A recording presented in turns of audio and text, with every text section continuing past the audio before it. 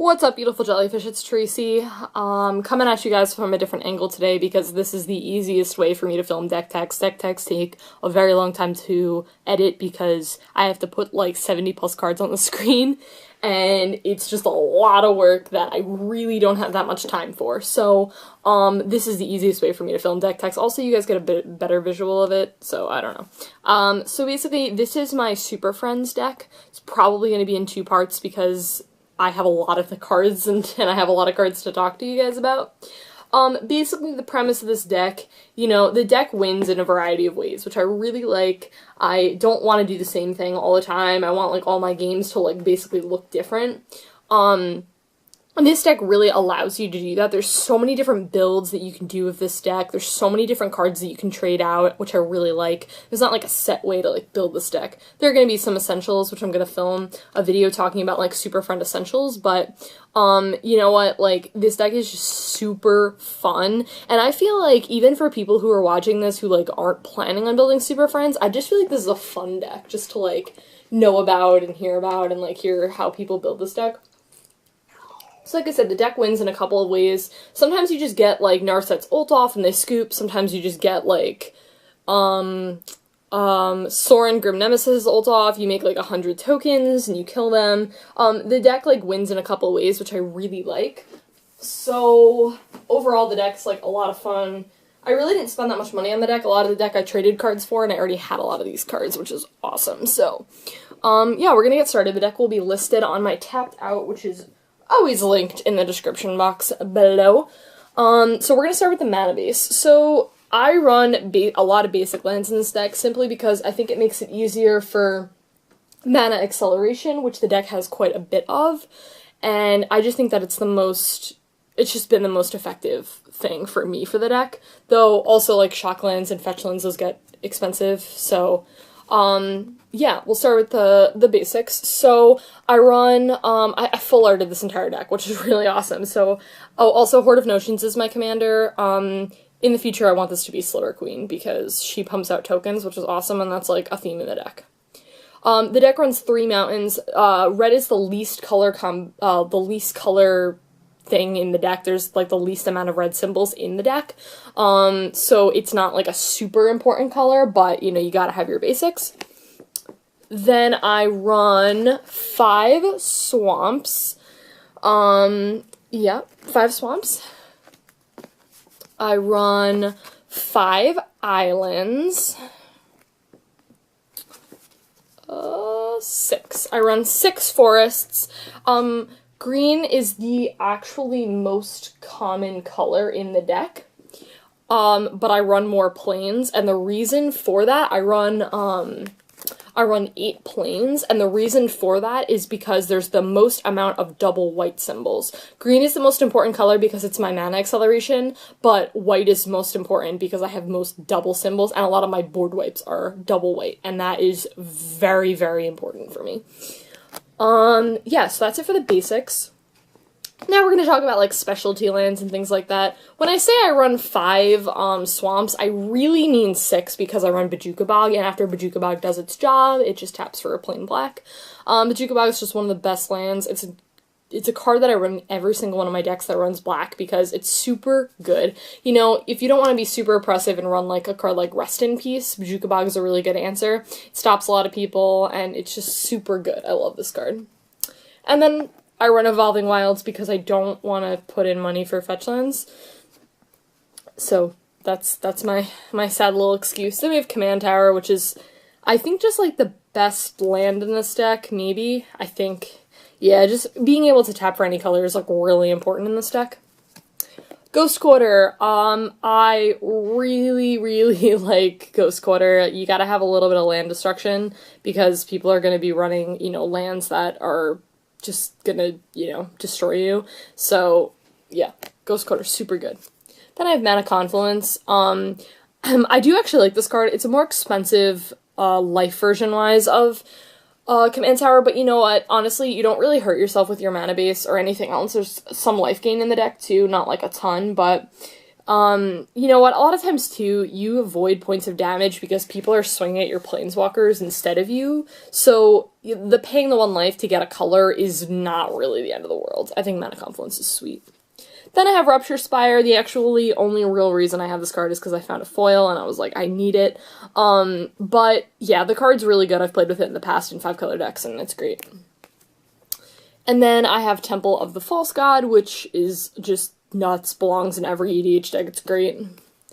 And then a shiny Terramorphic Expanse. The card's good. Okay, so now we're gonna move on to the good stuff in the deck. I'm gonna start with the instants because there's only one, which is so weird to me that I only have one instance, and the instant that I run is Brainstorm. I love Brainstorm. I've played with Brainstorm for a very long time, and it's just really, really nuts. This is actually a slot filler at the current moment because I originally had this as a Rhystic study, but I don't have another Rhystic study. And I was like, I don't know if I want to buy one because I don't know if I want to commit to that in this deck. So I don't really know. But I've played with Brainstorm's amazing. That's not to say that it isn't. Oh, by the way, isn't this box great? This is from Star City Games, and it is like, I got this a while back. It's $2.99, and it's like one of my favorite things. I keep like my draft supplies and stuff like that in there. I don't know what I want to start with next. I kind of wish you guys were here to help me decide what order I want to go to. I'm going to do creatures. A lot of builds of this deck don't run creatures, but to me, you know, these are all essential cards, and 5 out of the 6 of these creatures are all mana acceleration. So I run Burnished Heart because it's colorless, it gets me lands. They come into the play tapped. It's a blocker, which is really important. I wanted this over, like, a Cultivate or something like that. I run Kodama's Reach, but I don't run Cultivate because I want, you know, and it's colorless too, which is really good. I love Burnished Heart. I play with it in, like, all my decks. Then I have Deathbringer Agent, the only one of my creatures that isn't a mana acceleration, but it's a board wipe. It's also a 5/6 flyer, so if you just destroy everyone else's creatures, sometimes you just kill them with Deathbringer Agent. That's always fun. It's a card that not a lot of people are see coming, which is great. Farhaven Elf, you know, it's a 1/1, it's a blocker, and it gets me lands. I like it. Sakura Tribuilder is, like, the best, I think, just the best mana acceleration, I think. Yeah, this card is just great. I like it.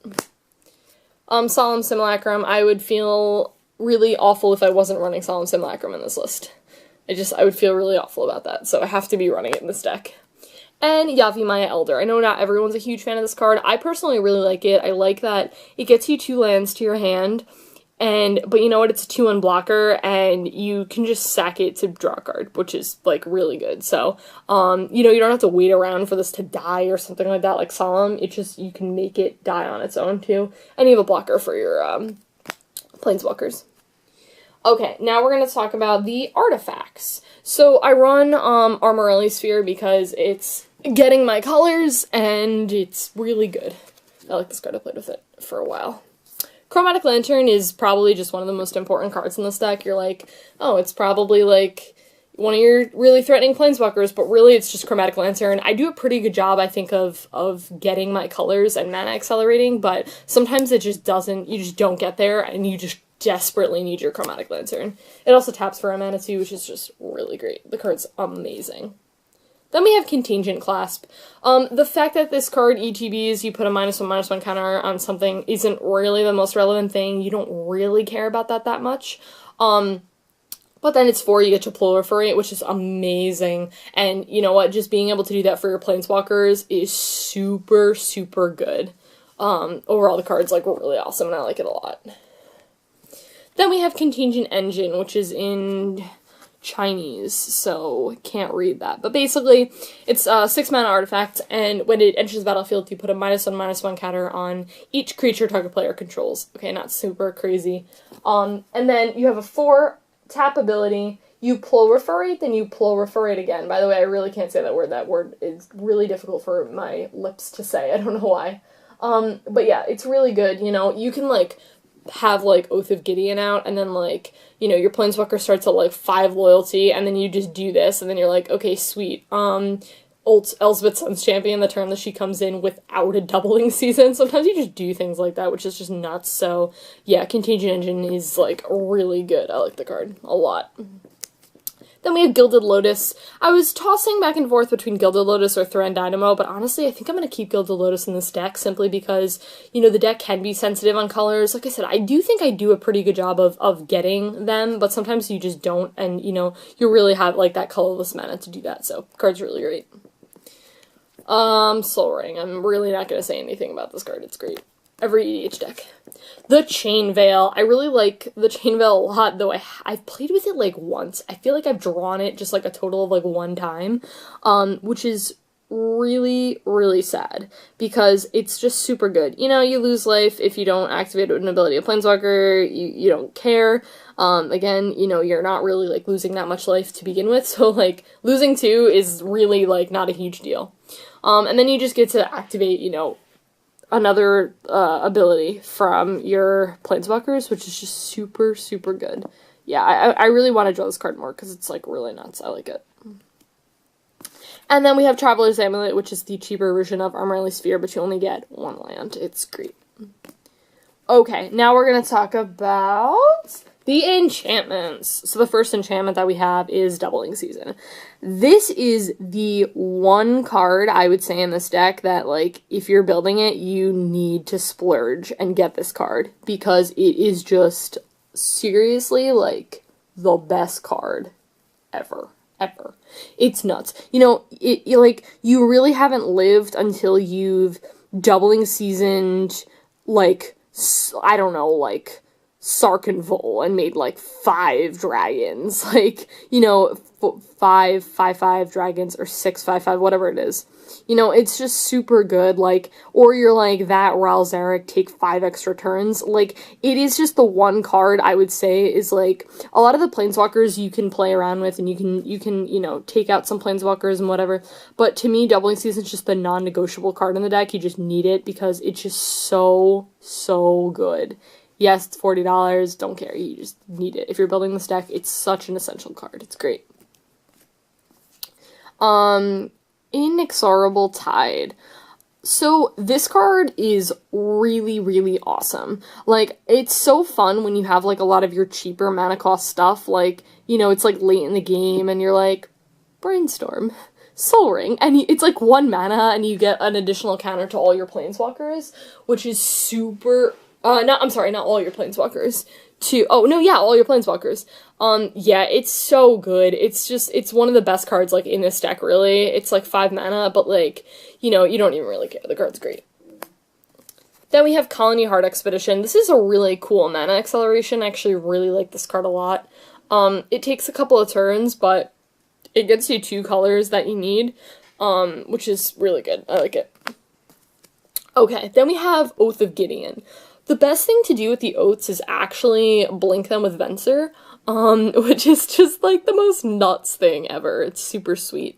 So Oath of Gideon's great. It does 2 things that you want it to. It's got 2 really relevant abilities. You make tokens, you get to protect your Planeswalkers, awesome. Protect your Planeswalkers, or sometimes you just kill people with Oath of Gideon tokens, which is nuts. And then, you know, each of your Planeswalkers enters with additional loyalty. Yup. Everything about this card is just great. It's awesome. Then we have Oath of Jace, which is in Japanese, so I can't read that, but it ETBs, it's 3 mana, and you get to draw 3 cards, discard 2, and then at the end step you get to scry X, where X is the number of Planeswalkers you control.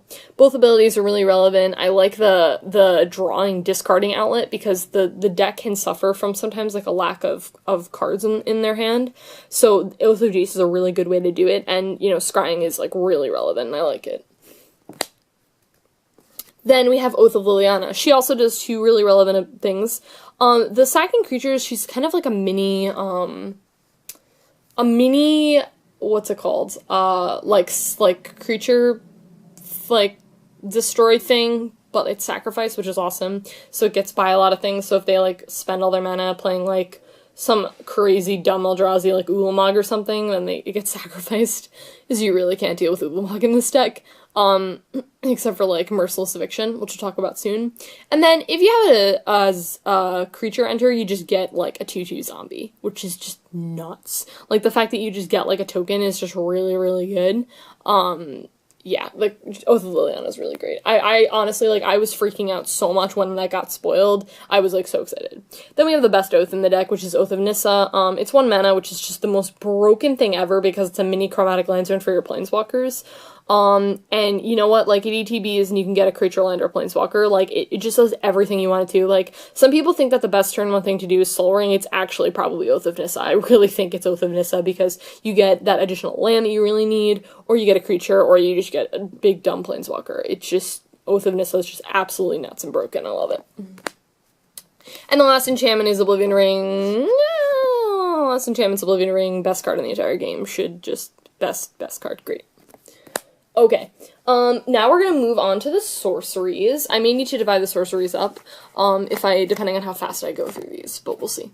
The first one that we have is Chroma's Vengeance, which is one of the best board wipes in the entire game.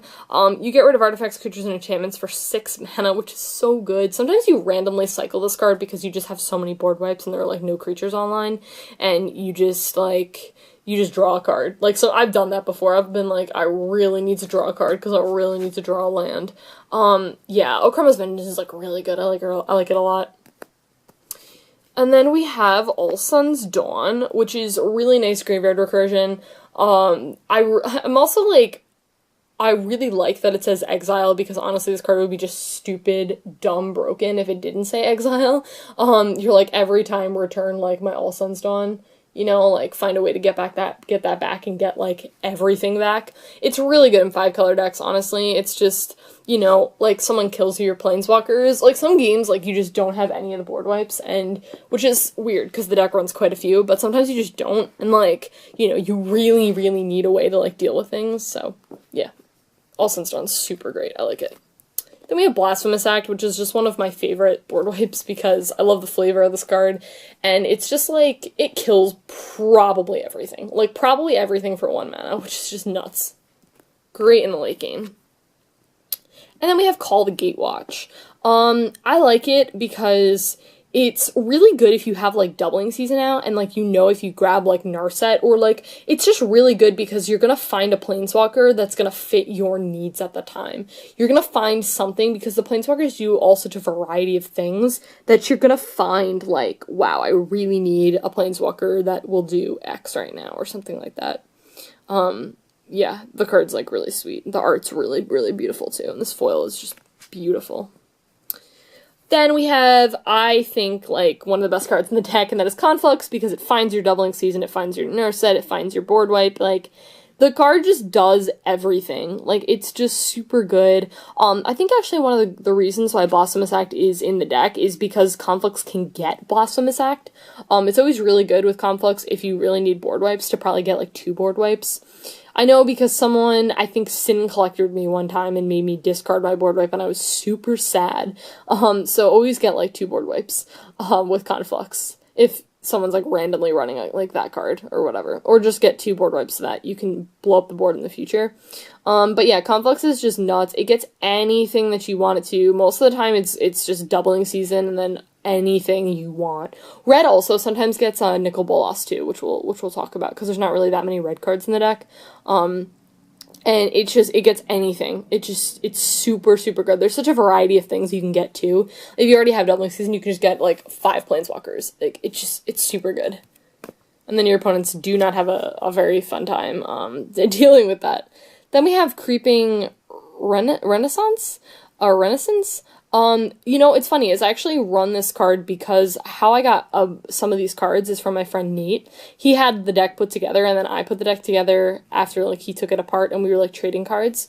And this was back when I traded my Jace, when it was, like, Jace was, like, $70 or something.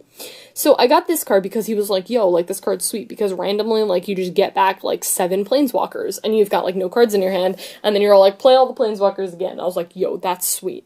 Also, it's got flashback, and honestly, people don't pay attention to flashback. People forget that you have flashback, like, a lot of the time, so you can just, like, play this and then play it again, like, a couple turns later, and it's just really, really good. Card's nuts. Really good way of getting your planeswalkers back. And then we have Day of Judgment, because we gotta make sure those creatures, get out of here, because you really don't want people to have creatures. You just want to kill everyone's creatures, like, as much as you possibly can. yeah, this card's sweet. Then we have Deploy the Gatewatch, and Deploy the Gatewatch is just nuts. It's 6 mana, you get to look at your top 7 and put 2 planeswalkers, like, casually onto the battlefield. The card is just so broken. Like, honestly, like, I can't with how great this card is. Like, I've gotten this card and I've gotten, like, 10 mana worth of value off of this card, which is awesome. I think, like, one of the best things to do is probably Liliana Vest, tutor for Nicol Bolas, and then put Nicol Bolas on top, and then deploy the Gatewatch, and then put Nicol Bolas and, like, some other dumb planeswalker onto the field, because you just get so much value for 6 mana. It's just super good. You're probably gonna hit, like, at least 2 planeswalkers, with this, and the card's just broken. It's so good. Also, like, mine's in Russian, and that's great. Then we have Explosive Vegetation. This card's, like, randomly, like, $1, which is so weird to me. Because, like, it's an uncommon. Like, that Kodama's Reach and Cultivator are all, like, randomly $1, and I'm like, I don't even know. But yeah, this card, it's just a mana acceleration, and it's great. Then we have Fade into Antiquity, which is actually straight up one of my favorite removal cards in the game, period. Not just even in green, in period. The card is nuts. It gets rid of, like, someone's Perforos, like, randomly. Like, sometimes people are playing, like, these indestructible things, and you really can't answer them, and you're like, how do I deal with this? And, Fade into Antiquity is a really, really good answer for it, so I like it. Then we have Kodama's Reach, because we need mana acceleration. It's weird, I don't run Cultivate in this deck, but I run Kodama's Reach. I don't have an extra Cultivate, but I have an extra Kodama's Reach, and I don't know why. But yeah, card's great. Then we have the best board wipe in the entire deck, which is Merciless Eviction. It is by far just the best. It's just so good. It's Exile, which is awesome. It's black and white, so it's great to get with Conflux. And it's just, like, it stops so many things. Like, sometimes, like, you just have such a difficult time dealing with people's creatures or whatever, like, they're indestructible, whatever. Merciless Eviction just gets rid of that. It is by far, like, one of the best removal board wipes in the game, and I love it. Then we have Rampant Growth. Whoa. Hello. Then we have Rampant Growth. Yeah, mana acceleration. Card's great. It's also beautiful. I love this art. This is my favorite art of this card. Shard Convergence is awesome. I love this card.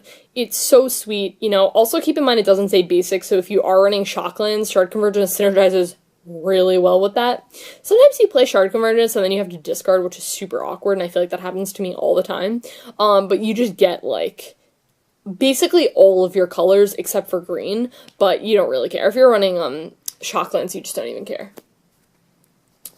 Then we have Treasure Cruise, and I don't know why, but I just got the biggest urge to play Kingdom Hearts. I don't know why. That's my favorite video game series, by the way. It is, like, the best video game series. Let me know if you've made it this far and you love Kingdom Hearts, because Kingdom Hearts is, like, the best game ever.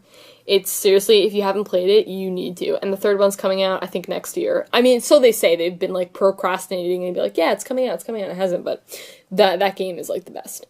What's also awesome is Treasure Cruise. I just, like, randomly threw in Treasure Cruise because 1 mana, draw 3 cards is sweet. And then we have Wrath of God, because sometimes you gotta kill things and make sure they stay dead. So, yeah, card's great. Alright, guys, so I'm gonna throw the rest of the Planeswalkers into part 2, because, I don't have enough time to talk about all the Planeswalkers in this short amount of time, and my camera stops at 30 minutes, so, we're gonna stick around for part 2.